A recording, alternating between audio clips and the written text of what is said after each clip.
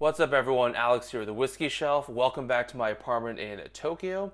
So in this video, I wanted to do something a little bit different in what I call fresh off the shelf, meaning that I take a whiskey from my shelf that I haven't opened yet, open it, and share my initial impressions, scent, taste, color with you.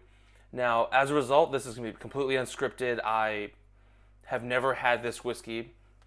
And so in this day's first video, I'm going to be doing Wild Turkey 13 Distillers Reserve, which I believe is a Japan-only release, but I could be wrong about that. But as the label says, you can probably see it here. This is 13-year-old Wild Turkey, 56.5% ABV, 46.5% ABV, making it 91 proof. Just want to make sure I get that in the camera there so you can see it. There you go. And, I've heard about this. Double-digit age-stated Wild Turkey is hard to come by apart from Russell's Reserve 10-year, which I don't love. It's fine, but any opportunity to try older Wild Turkey is one that I definitely want to take that opportunity to do.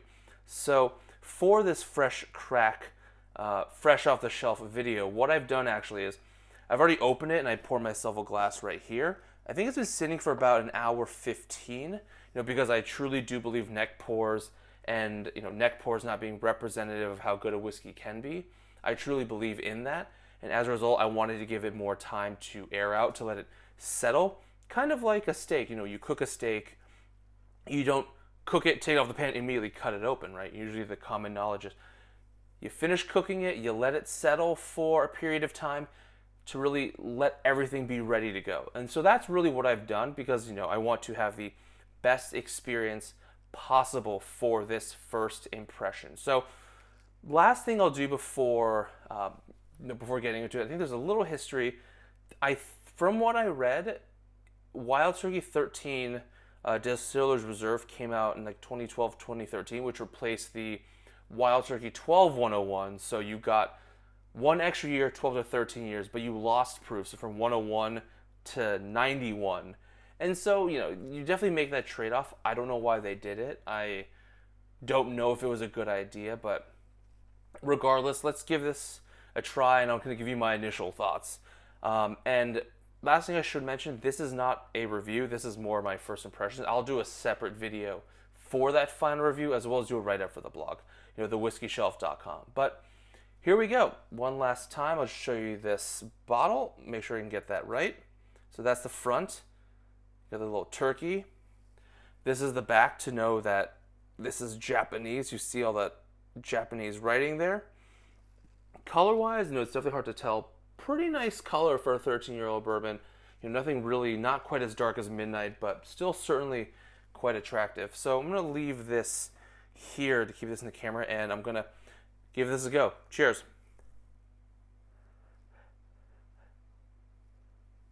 Oh yeah, that definitely smells like older Wild Turkey. It has that oakiness up front. That actually reminds me a lot of the Wild Turkey 8 I have right over there. So a lot of oak up front, which I expect from that age.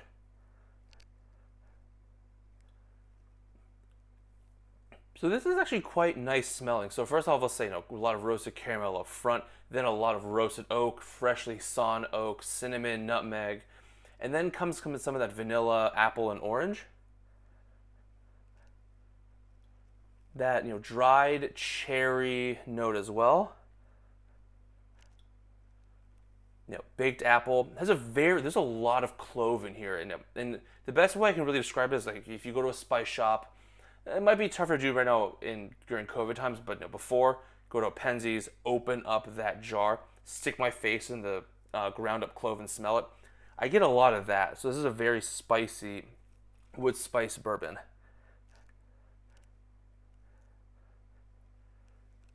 And even though it's 46.5% ABV, actually, let me rephrase that, 45.5, it definitely does have actually a pretty nice body that makes it smell quite good.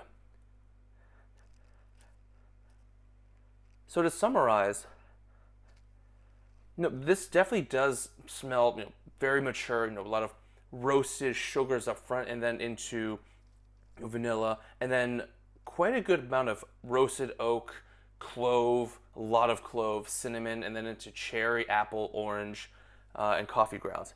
So, yeah, it smells good. Let's see how it tastes.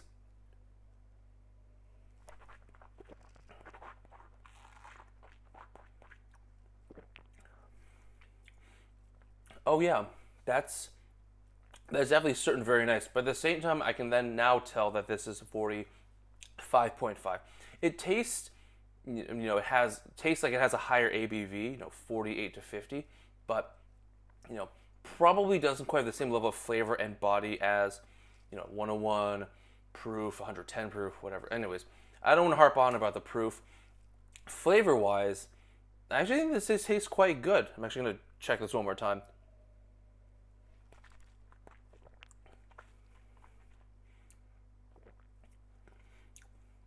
A lot of that roasted caramel and honey up front. There was caramel, nougat, roasted vanilla. And there's a pretty good fruitiness to it as well. Apples, oranges, a little bit of cherry, and of course, there is that roasted oak, a lot of clove, a lot of cinnamon, and then towards the back you get more licorice and fennel. And at least for me, because I'm kind of used to cask strength bourbons, there really isn't a lot of alcohol kick. There's a little bit there, you can definitely tell it's there, but it's very much not like punch you in the face like a Stag Junior does. A very fond memory of that, but that's for another time. Let me give this another taste.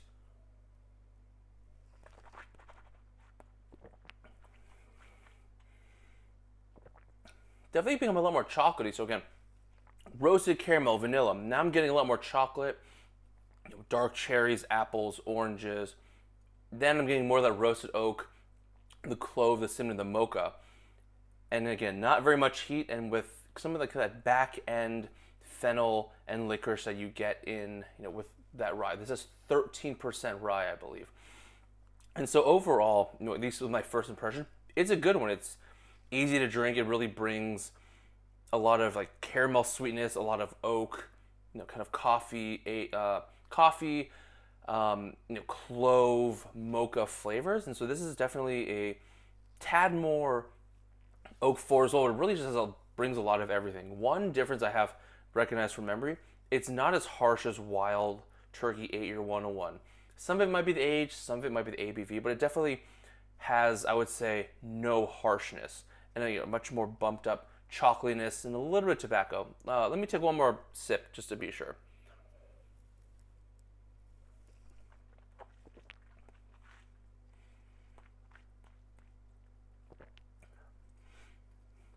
To no surprise, a lot of caramel, roasted caramel, a lot of vanilla, but also quite a lot of roasted oak. Again, it is 13 years old. A lot of those wood spices, especially clove, and a little bit less cinnamon. And then there's also coffee grounds, mocha, and the fennel and licorice that you get from that rye component of the mash bill. And so I think overall, kind of my initial thoughts. Again, this is not a review. I'm really liking this. This was $55. So, $55, at least in Japan, for something like this is a pretty good price. Definitely something that I've enjoyed so far. This being actually the first time that I've ever had this, ever. Definitely brings like a more mature, more oaky Wild Turkey experience. I actually don't get much of that nuttiness that I got in Wild Turkey 8. So it seems like with that extra oak aging, amps up the sugars, amps up the fruit, amps up the oak, and it all seems to cover up some of that dry nuttiness and harshness, which I like. And even then, since I was just filmed a Blanton's video probably a couple of days ago, at least as I'm shooting this video, this one definitely has more sweetness, more sugar sweetness, a little bit less herbal, fennel and licorice, but it brings more oak, brings more mocha, more wood spices. So it is. I only say this because I just reviewed that one or did the video fairly recently, but again, they're very different bourbons, which is totally fine. Different mash bills, different amounts of aging, different yeast, everything from different brands, but just something that came to mind. So really, to wrap this up, yeah, I really like this so far. I think I'm glad that giving it that hour to air out really, it probably helped calm it down. this is definitely something that I'm going to enjoy. I'm going to more formally review it and then do a companion review video with that. Hopefully sooner than later, given that now it's open, I can actually let it air on the bottle to really maximize it being settled and ready to go for a review. And so, with that said, glad I did this in one take. Probably will say in every video, my goal is to do these videos in one take. Really just to make it a seamless, continuous conversation for me to you, and then you can leave your thoughts in the comments. We can have a conversation there. But overall, I'm enjoying Wild Turkey 13. Again, this was $55 in Japan. I think it ranges. This is probably 55 is the lowest I've seen it. I've seen it as high as probably 70. So if you're in Japan, it's everywhere. It'll be easy to find it. It'll probably be quite a lot more expensive to have it shipped from Europe. So just something to be mindful of there. But anyways, definitely appreciate your time for this. If you like what you see, please subscribe below. Click subscribe and the bell. The link to my blog is below, as well as the link to my Instagram. So please definitely follow me for whiskey reviews, things I'm doing in Japan, things I'm finding, things I'm buying, and really just anything else I'm doing. And then finally, if you want to support me in what I'm doing, there's also a link to the Patreon below. And even if you do want to contribute, I really appreciate that. If not, that's totally cool too. You watched the video, I'm very happy that you did. So with that said, have a great one, everyone, and I'll see you later. And tune in next time for another episode of some whiskey-related thing for the whiskey shelf. All right, see ya.